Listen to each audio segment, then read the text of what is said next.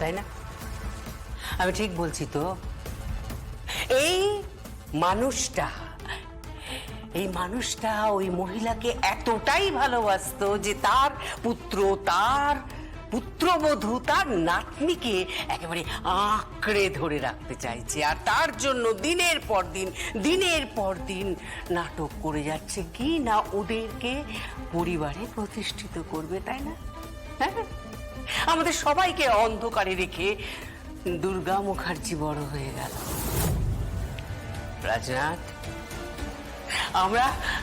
আমরা কি জানতাম? আমরা জানতাম জগদ্ধাত্রী স্বয়ম্ভূর সন্তান মৃত। কি আমি ঠিক বলছি তো রাজনাথ মুখার্জি? তুমি তোমার স্ত্রীকে অবিশ্বাস করলে, হ্যাঁ? তার প্রতি তোমার কোনো কমিটমেন্ট নেই, তুমি তাকে অন্ধকারে রেখে দিলে। বেশ করছে, অন্ধকারে রেখেছি, বেশ করেছি। রাখার দরকার ছিল, তার কারণ আমার ভয় তো তোমাকে নিয়ে।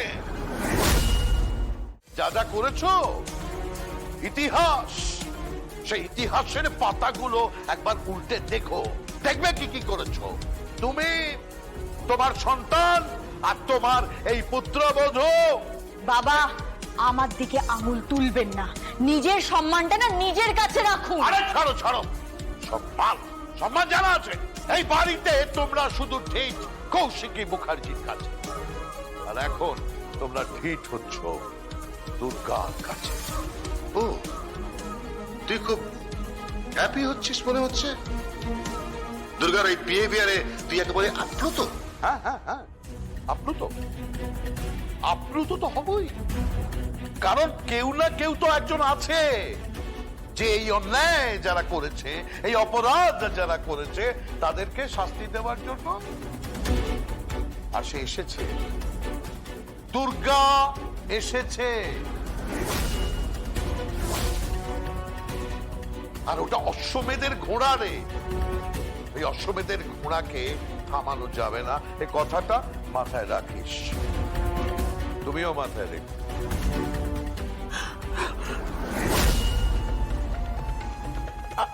আমার মনে হয় ঠাকুরপো, দুর্গা মুখার্জির কোনো প্রয়োজন নেই এই বাড়িতে, এই কোম্পানিতে। দুর্গা মুখার্জির কোনো প্রয়োজন নেই। ও যেভাবে আমাকে ট্রিট করছে